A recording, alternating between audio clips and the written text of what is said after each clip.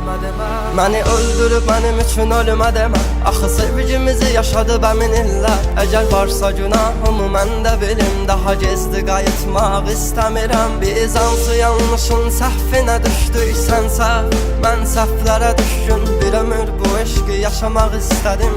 Amma bilmədən dərdlərə düşdüm. Ağlı başımda deyil bu aralar. Qəlbimə bir daş bağlamışam, yenidən bərbad etməsinlər deyə. Mən sənsizliyimlə barışıram. Nələr oldu nələr səndən sonra. O qapını mən açmadım heç kimə. Nə sən varsa nə də ki yalan var. Sayarsan üzürlü mən yoxam incimə.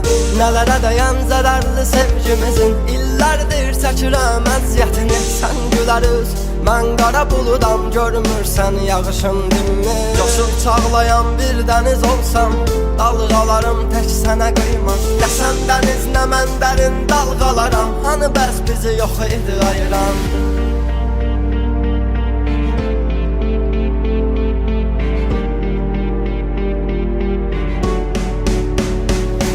Məni öldürüb mənim üçün ölmə demə. Axı sevgimizi yaşadıb əmin illər. Əgər varsa günahımı mən də bilim. Daha gezdi qayıtmaq istəmirəm. Biz hansı yanlışın səhvinə düşdüysənsə, mən səhvlərə düşkün bir ömür bu eşqi yaşamaq istədim.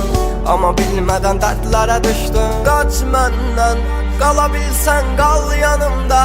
Kim dərdinə dərmanmış, mən dərdinə ölərkən hissini gizləmisən. Sən bilməzsən, necə xəbərin olsun məndən. Axı bildiyin o adam deyiləm. Ağlımdakı bitməz bilirəm, dəyməz birinə. Sən varsan, mənim heç kimi axtarmam. Hər nə qədər ayrılsaq, ağlımdan çıxmırsan, unutmusan demə. Məni öldürüb mənim üçün ölmə demə. Axı sevgimizi yaşadıb əmin illər. Varsa günahımı mən də bilim. Daha gezdi qayıtmaq istəmirəm. Məni öldürüb mənim üçün ölmə demə. Axı sevgimizi yaşadıb əmin illər. Əgər varsa günahımı mən də bilim. Daha gezdi qayıtmaq istəmirəm. Biz hansı yanlışın səhvinə düşdüysənsə, mən səhvlərə düşkün bir ömür bu eşqi yaşamaq istədim. Amma bilmədən dərdlərə düşdüm.